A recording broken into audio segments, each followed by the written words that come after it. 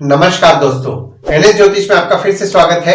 आज हम बात करेंगे वृश्चिक लग्न यानी कि स्कॉर्पियो एसेंडेंट का जनवरी 2024 का महीना कैसा रहेगा। आइए चलिए देखते हैं। इस भाव को लग्न भाव कहते हैं। इस भाव पे अगर 8 नंबर लिखा हुआ है तो वृश्चिक लग्न वाले जातकों की पत्रिका है। आइए देखते हैं शुरुआती तौर पे कौन कौन से ग्रह आपके किस किस भाव में बैठे हुए हैं। तो जनवरी के शुरुआत में शुक्र और बुध आपके लग्न पे बैठे हुए हैं। सूर्य मंगल आपके दूसरे भाव में बैठे हुए हैं। शनि आपके चौथे भाव में बैठे हुए हैं। राहु आपके 5वें भाव में बैठे हुए हैं। गुरु आपके 6वें भाव में बैठे हुए हैं।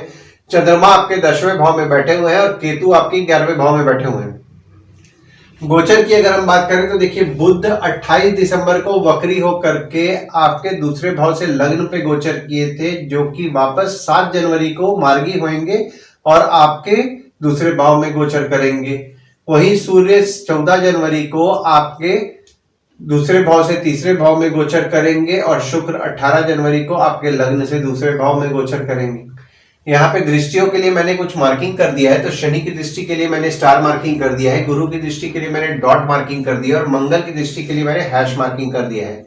तो शनि आपके चौथे भाव में बैठ करके 1 2 3 तीसरी दृष्टि डाल रहे हैं आपके 6वें भाव पे। 4 5 6 7 7वीं दृष्टि डाल रहे हैं आपके 10वें भाव पे और 8 9 10 10वीं दृष्टि आपके लग्न पे ही डाल रहे हैं। वहीं आपके गुरु जो हो जाते हैं, गुरु आपके 6वें भाव में बैठ करके 1 2 3 4 5 5वीं दृष्टि डाल रहे हैं आपके 10वें भाव पे। 6 7 7वीं दृष्टि डाल रहे हैं आपके 12वें भाव पे और 8 9 9वीं दृष्टि डाल रहे हैं आपके दूसरे भाव पे। और मंगल जो है, मंगल आपके दूसरे भाव में बैठ के 1 2 3 4 चौथी दृष्टि डाल रहे हैं आपके 5वें भाव पे। 5 6 7 7वीं दृष्टि डाल रहे हैं आपके 8वें भाव पे और 8वीं दृष्टि डाल रहे हैं आपके 9वें भाव पे। देखिए, लग्न पे आपके शुक्र विराजमान है। हालांकि शुक्र देखिए यहाँ पे 17 जनवरी तक विराजमान रहेंगे और बुध 6 जनवरी तक आपके लग्न पे विराजमान रहेंगे और शनि की दृष्टि आपके लग्न में पड़ रही है। देखिए, शनि 3 नवंबर से जब से मार्गी हुए हैं उसके बाद से आप नोटिस करेंगे कि आपके स्वभाव में थोड़ा आलस्य बढ़ा है। और जो शुक्र है, शुक्र देखिए आपके 12वें भाव के स्वामी है और आपके 7वें भाव के स्वामी है। देखिए, चूंकि ये 12वें भाव के स्वामी है तो यहाँ पे आपका खुद पर खर्च बढ़ा हुआ होगा।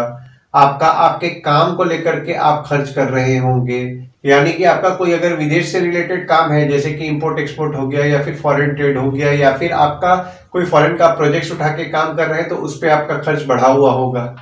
दवाइयों और बीमारियों पे आपका खर्च बढ़ेगा, खासकर 17 जनवरी तक। देखिए, जो बुध यहाँ पे है ना, आपके 11वें और आपके 8वें भाव के स्वामी है। तो यहाँ पे 8वें भाव के स्वामी चूंकि लग्न पे विराजमान है तो 28 दिसंबर से 6 जनवरी 2024 तक आपके एटीट्यूड बोला जा सकता है, नेचर में नेगेटिविटी बढ़ सकता है, स्वभाव में नेगेटिविटी आ सकता है। दूसरे भाव में आपके सूर्य 13 जनवरी तक विराजमान रहेंगे, मंगल पूरे महीने विराजमान रहेंगे और बुध 7 जनवरी को गोचर करेंगे और शुक्र 18 जनवरी को गोचर करेंगे। और यहाँ पे देखिए, गुरु के घर में ही गुरु की दृष्टि पड़ रही है और आपके दूसरे भाव के जो स्वामी हैं आपके 6वें भाव में विराजमान है। देखिए, एक तो यहाँ पे देखिए मंगल आपके दूसरे भाव में विराजमान है, ऊपर से बुध भी आपके दूसरे भाव में आ गए और यहाँ पे आप अगर देखेंगे तो चंद्रमा का गोचर भी 10 और 11 तारीख को आपके दूसरे भाव में हो रहा है। देखिए, चंद्रमा का चूंकि गोचर आपके दूसरे भाव में हो रहा है तो यहाँ पे बुध चंद्रमा को अपना शत्रु मानते हैं। हालांकि चंद्रमा बुध को अपना शत्रु नहीं मानते हैं, तो इस दिन थोड़ा संभल करके रहिए।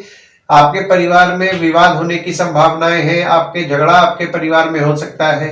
वैसे भी देखिए, जो दूसरा भाव होता है वो होता है वाणी का, कुटुंब का, कोष का होता है और आपके लग्न के स्वामी दूसरे भाव में विराजमान है। तो यहाँ पे आपका अटेंशन जिसको बोल सकते हैं या फिर आपका फोकस बोल सकते हैं आपके परिवार के प्रति बढ़ने वाला है। आप अपने कोष को लेकर के चिंतन करेंगे और 7 जनवरी से अगर आपका कोई घर या फिर कोई दुकान अगर किराए पे नहीं गया हुआ है तो उससे भी आपको किराए से इनकम आपको आना शुरू हो जाएगा, मतलब वो घर किराए पे लग जाएगा। और हो सकता है कि आप हॉलिडे पे जाए, खासकर 18 जनवरी के बाद ये प्लान हो सकता है कि आप अपने फैमिली ट्रिप पे कहीं बाहर प्लान करें। ये विदेश यात्रा भी हो सकता है या फिर कहीं बाहर भी हो सकता है कि आप कहीं घूमने के लिए 18 जनवरी के बाद अपने परिवार के साथ प्लान करें। यहाँ पे देखिए, 18 जनवरी के बाद आपके सेविंग्स को लेकर के आपकी दिक्कतें बढ़ेंगी, आपका सेविंग्स खर्च भी होगा। पर यहाँ पे देखिए जो लोग विदेश संबंधित काम कर रहे हैं ना, जैसे कि आईटी से रिलेटेड काम कर रहे हैं, जैसा कि मैंने आपको बताया आईटी के प्रोजेक्ट्स ला करके काम कर रहे हैं या फिर इंपोर्ट एक्सपोर्ट से रिलेटेड काम कर रहे हैं, उनको 18 जनवरी के बाद भी अच्छा लाभ होने वाला है। तीसरे भाव में आपके सूर्य 14 जनवरी को गोचर कर रहे हैं और आपके तीसरे भाव के स्वामी चौथे भाव में विराजमान है। देखिए तीसरा भाव जो होता है वो होता है स्वयं के पराक्रम धैर्य का होता है, छोटे भाई बहन का होता है, पड़ोसी का होता है, डेली के प्रवास का होता है। तो यहाँ पे माता द्वारा आपको धैर्य की प्राप्ति होगी। और तीसरे भाव में जो सूर्य है आपके 10वें भाव के स्वामी है, जो कि आपके तीसरे भाव में विराजमान है। तो यहाँ पे आपके काम के लिए आपका भाग दौड़ 14 जनवरी के बाद बढ़ने वाला है और आपके काम से आपको हिम्मत भी मिलेगी। और यहाँ पे देखिए बॉस और पिता के द्वारा भी आपको हिम्मत बढ़ने वाली है। चौथे भाव में आपके शनि विराजमान है और शनि यहाँ अपनी राशि में ही बैठ करके शश नामक पंच महापुरुष योग का निर्माण कर रहे हैं। देखिए चौथा भाव जो होता है वो होता है सुख का, वाहन का, घर का, माता का होता है। तो चौथे भाव में शनि बैठे हुए हैं तो यहाँ पे आपको सुख की कमी तो नहीं होने देने वाले हैं। सुख तो आपको निश्चित तौर पर दिलाएंगे। आपको घर, वाहन, माता सबका सुख आपको मिलेगा। और यहाँ पे जो लोग गाड़ी या घर से संबंधित काम कर रहे हैं, जैसे कि घर को किराए पे लगाने वाला काम कर रहे हैं, दुकान को किराए पे लगाने वाला काम कर रहे हैं, प्रॉपर्टी डीलिंग का काम कर रहे हैं, घर खरीदना बेचने का काम, मतलब प्रॉपर्टी डीलर का काम कर रहे हैं, या फिर अगर आप गाड़ी से संबंधित काम कर रहे हैं जैसे कि कार डीलर है या फिर कार एसेसरीज का शॉप है या फिर कार डिटेलिंग का शॉप है, तो आपको अभी अच्छा लाभ होएगा। पांचवें भाव में आपके राहु विराजमान है और यहाँ पे देखिए आपके मंगल की दृष्टि आपके पांचवें भाव में पड़ रही है और पांचवें भाव के स्वामी छठवें भाव में विराजमान है। देखिए पांचवा भाव जो होता है वो होता है संतति का, प्रेम का, पढ़ाई का, साधना का होता है। तो पांचवें भाव में देखिए राहु चूंकि विराजमान हुए हैं तो 30 अक्टूबर के बाद से आपने नोटिस किया होगा कि आपके प्रेम संबंध या फिर आपके बच्चे जो होते हैं उनके नेचर में एग्रेसिवनेस बढ़ा है, उनको क्रोध ज्यादा आ रहा है। क्योंकि देखिए एक तो एग्रेसिवनेस यहाँ पे बढ़ा हुआ है, ऊपर से मंगल की दृष्टि पड़ रही है तो उनको गुस्सा भी ज्यादा आ रहा होगा और उनके पांचवें भाव के स्वामी छठवें भाव में विराजमान है तो स्टूडेंट्स के पढ़ाई में उनको दिक्कतों का सामना करना पड़ रहा होगा। तो यहाँ पे देखिए एक तो आपके बच्चे जिद्दी हो रहे हैं, ऊपर से उनके नेचर में एग्रेसिवनेस आ रहा है, उनको गुस्सा आ रहा है। तो खासकर आपको देखिए यहाँ पे और आपके पांचवें भाव के जो स्वामी है छठवें भाव में विराजमान है तो उनको आपको डिप्लोमेटिकली हैंडल करना है, बहुत सोच समझ करके समझदारी से हैंडल करना है, वरना वे आपको अपना शत्रु मानने लगेंगे। वही चीज प्रेम संबंध में भी आपको उनके साथ अगर बात कर रहे हैं तो बहुत सोच समझ करके बात करें, वरना वे आपको अपना शत्रु मानने लगेंगे। और 22 अप्रैल से आप अपने शत्रु और विकारों को लेकर के चिंतित रह रहे होंगे। छठवें भाव में आपके गुरु विराजमान है और यहाँ पे देखिए शनि की दृष्टि, हालांकि शनि की नीच की दृष्टि आपके छठवें भाव में पड़ रही है और आपके छठवें भाव के जो स्वामी है दूसरे भाव में विराजमान है।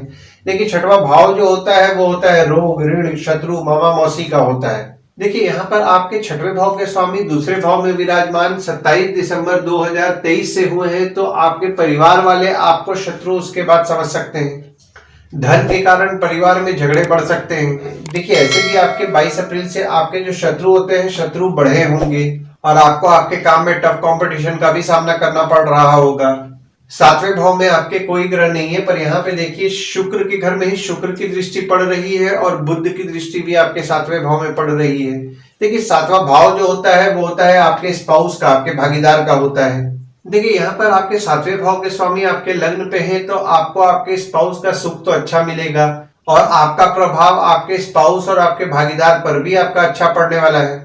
देखिए अभी ना फिलहाल आप 17 जनवरी तक आप अपने स्पाउस या फिर भागीदार के साथ कोऑर्डिनेट करके चलेंगे। कोऑर्डिनेशन मतलब कि आपका अच्छा रहेगा आपके स्पाउस या फिर भागीदार के साथ और आप अपने स्पाउस की कमियों को पूर्ण भी करेंगे। और 18 जनवरी से अगर आपका स्पाउस वर्किंग है तो उनके द्वारा आपको सेविंग्स करने में अच्छा मदद मिलने वाला है। 8वें भाव में आपके कोई ग्रह नहीं है पर यहाँ पे देखिए मंगल की दृष्टि आपके 8वें भाव में पड़ रही है और आपके 8वें भाव के स्वामी आपके लग्न पे विराजमान है। देखिए 8वां भाव जो होता है वो होता है आयु, जीवन, मृत्यु, आकस्मिक धन लाभ, ससुराल का होता है। तो यहाँ पे देखिए मंगल की दृष्टि चूंकि 27 दिसंबर से आपके 8वें भाव में पड़ रही है तो आपको आपके ससुराल वालों के साथ बहुत सोच समझ करके बात करना है, वरना ससुराल में थोड़े बहुत झगड़े हो सकते हैं। तो कोशिश कीजिए कि किसी विवाद में ना पड़े और थोड़ी बहुत आपको चोटपाट लगने की भी संभावनाएं रहेंगी। और जैसा कि मैंने आपको बताया है कि बुध आपके 8वें और आपके 11वें भाव के स्वामी हैं, जो कि लग्न पे विराजमान है। तो यहाँ पे 28 दिसंबर से 6 जनवरी तक आप में थोड़ा बहुत आप अपने आप में नेगेटिविटी महसूस करेंगे, पर आप पराक्रमी भी रहेंगे। देखिए, आपको गुप्त विद्या पे रुचि बढ़ने वाली है और आपको मान सम्मान की प्राप्ति भी होगी। नवम भाव में आपके कोई ग्रह नहीं है, पर यहाँ पे देखिए मंगल की दृष्टि आपके नवम भाव में पड़ रही है और आपके नवम भाव जो है वो कर्क के हैं, जिसके स्वामी चंद्रमा है। तो नवम भाव जो होता है वो होता है आपके जीजा, साली, साला, छोटे भाई की स्पाउस, भाग्य, धर्म का होता है। तो यहाँ पे देखिए, चूंकि मंगल की दृष्टि पड़ रही है, जैसा कि मैंने आपको बताया, मंगल जो ग्रह है वो नेचर में एग्रेसिव बनाता है। तो यहाँ पे चूंकि आपके मंगल की दृष्टि पड़ रही है, तो आपके साली हो गए, साला हो गए, या फिर आपके जीजा हो गए, छोटे भाई के स्पाउस हो गए, उनके नेचर में एग्रेसिवनेस बढ़ने वाला है, उनको गुस्सा भी ज्यादा आने वाला है, तो उनके साथ किसी भी विवाद में ना पड़े। और आपके नवम भाव के स्वामी जब 24, 25, 26 तारीख को आपके नवम भाव में विराजमान करेंगे, तब आपके भाग्य की वृद्धि करेंगे और आप काम करते करते आप में रिलीजियसनेस भी बढ़ेगा। दशम भाव में आपके चंद्रमा विराजमान है और शनि की दृष्टि पड़ रही है और गुरु की दृष्टि पड़ रही है, और दशम भाव के स्वामी जो है आपके दूसरे भाव में विराजमान है। देखिए, जो दशम भाव होता है वो होता है बॉस, पिता, काम, ऑफिस का होता है। देखिए, यहाँ पे दशम भाव के स्वामी आपके दूसरे भाव में 13 जनवरी तक विराजमान है, तो आपको पिता से धन मिलने के योग मिल रहे हैं। और जब चंद्रमा 1, 2 और 27, 28 तारीख को आपके दशम भाव में विराजमान होंगे, तो देखिए यहाँ पे नवम भाव के स्वामी है जो आपके दशम भाव में विराजमान होंगे। तो यहाँ पे अगर आप काम में मेहनत करेंगे तो आपका नसीब आपका अच्छा साथ देगा। 11वें भाव में आपके केतु विराजमान है और देखिए यहाँ पे आपके 11वें भाव के जो स्वामी है आपके लग्न पे विराजमान है। देखिए, 11वां भाव जो होता है वो होता है बड़े भाई बहन का, दोस्त का होता है, आय का होता है। तो देखिए, यहाँ पे चूंकि आपके 11वें भाव में केतु विराजमान है, तो यहाँ पे आपके जो बड़े भाई होते हैं, बड़ी बहन होते हैं, या फिर आपके दोस्त जो होंगे, उनको आपको समझना थोड़ा मुश्किल जाएगा। वे बोलेंगे कुछ, करेंगे कुछ, मतलब उनको आपको प्रेडिक्ट करने में तो बहुत ज्यादा दिक्कत जाने वाला है।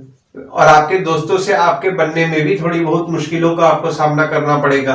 12वें भाव में आपके कोई ग्रह नहीं है, पर यहाँ पे देखिए गुरु की दृष्टि आपके 12वें भाव में पड़ रही है और आपके 12वें भाव के स्वामी जो है लग्न पे विराजमान है। देखिए, 12वां भाव जो होता है वो होता है खर्च, हॉस्पिटल, जेल, फॉरेन का होता है। देखिए, यहाँ पर आप नोटिस किए होंगे कि आपका खर्च 22 अप्रैल के बाद से बढ़ा हुआ होगा। हालांकि देखिए, आपका खर्च बढ़ा हुआ होगा पर आपका सेविंग्स हो रहा होगा, पर यहाँ पे आपका खर्च 22 अप्रैल के बाद बढ़ा हुआ होगा। और 17 जनवरी तक आपका खुद पर खर्च बढ़ेगा, दवाई या हॉस्पिटल पे खर्च बढ़ेगा। जो लोग विदेश से संबंधित काम कर रहे हैं, जैसा कि मैंने आपको बताया, इंपोर्ट एक्सपोर्ट का काम कर रहे हैं, या फिर फॉरेन से प्रोजेक्ट्स उठा रहे हैं, या फिर कोई भी फॉरेन से संबंधित, जिससे कि विदेश संबंधित काम अगर कर रहे हैं, तो उनको इस काम में खर्च बढ़ा हुआ होगा। और 18 जनवरी के बाद हो सकता है कि आप अपने परिवार के साथ कोई फैमिली ट्रिप पे जाएं, कहीं बाहर जाने का प्लान कर सकते हैं। हो सकता है कि आप कहीं विदेश यात्रा भी अपने फैमिली के साथ कहीं करें। और आपके सेविंग्स खर्च होने की संभावनाएं 18 जनवरी के बाद बढ़ जा रही हैं। आइए गुड डेट्स और बैड डेट्स के बारे में जान लेते हैं। तो गुड डेट्स वो डेट्स हो जाते हैं जिस दिन अगर आप कोई नया काम शुरू करना चाह रहे हैं तो कर सकते हैं। कोई कंपनी के साथ अगर आपका एग्रीमेंट हो रहा है तो कर सकते हैं। कोई कंपनी में अगर आपका ज्वाइनिंग है तो भी इस डेट को कंसीडर कीजिए। कहीं बाहर जाने का प्लान करें तो भी इस डेट को कंसीडर कीजिए, आपके लिए अच्छे रहेंगे। तो डेट्स लिख लीजिए: 1 तारीख, 2 तारीख, 8 तारीख, 9 तारीख, 12 से 16 तारीख, 20 से 22 तारीख, 24 तारीख और 28 तारीख। वहीं बैड डेट्स में अगर आप बाहर जाने का प्लान कर रहे हैं तो अवॉइड कीजिए। कोई कंपनी के साथ अगर आपका एग्रीमेंट हो रहा है तो अवॉइड कीजिए। कोई कंपनी में अगर आपका ज्वाइनिंग है तो भी इस डेट को अवॉइड कीजिए, डेट्स आपके लिए ठीक नहीं रहेंगे। और अगर आप कोई नया सामान खरीदना चाह रहे हैं तो भी इस डेट को अवॉइड कीजिए। तो डेट्स हो जाते हैं 4 से 7 तारीख, 10 तारीख, 11 तारीख, 17 से 19 तारीख और 23 तारीख। इस डेट्स को आप कहीं लिख करके रख लीजिए ताकि आपके ध्यान में रहे। और वृश्चिक लग्न वालों के लिए उपाय में देखिए, जो इनके नवम भाव होते हैं वे हो जाते हैं आपके कर्क के, जिसके स्वामी चंद्रमा है। तो अगर आप ओम नमः शिवाय का जाप करेंगे, शिव मंदिर रेगुलर बेसिस पे जाएंगे तो आपको अच्छा लाभ होगा। और इस महीने में देखिए यहाँ पे आपके मंगल की दृष्टि भी पड़ रही है और मंगल आपके लग्न के स्वामी भी हैं। तो अगर आप हनुमान जी की उपासना कर रहे हैं, गणपति की उपासना कर रहे हैं, हनुमान चालीसा का पाठ कर रहे हैं, बजरंग बाण का पाठ कर रहे हैं, तो आपको अच्छा लाभ होगा। आशा करता हूं इस वीडियो में दी हुई जानकारी आपको पसंद आई होगी। अगर आप हमें YouTube पे देख रहे हैं और ये वीडियो आपको पसंद आया हो तो इस वीडियो को लाइक कीजिए, चैनल को सब्सक्राइब कीजिए और नोटिफिकेशन बेल जरूर दबाइए। और अगर आप हमें फेसबुक पेज पे देख रहे हैं तो फेसबुक पेज को लाइक कीजिए और फॉलो कीजिए। धन्यवाद दोस्तों, कल फिर मिलेंगे एक नए वीडियो के साथ।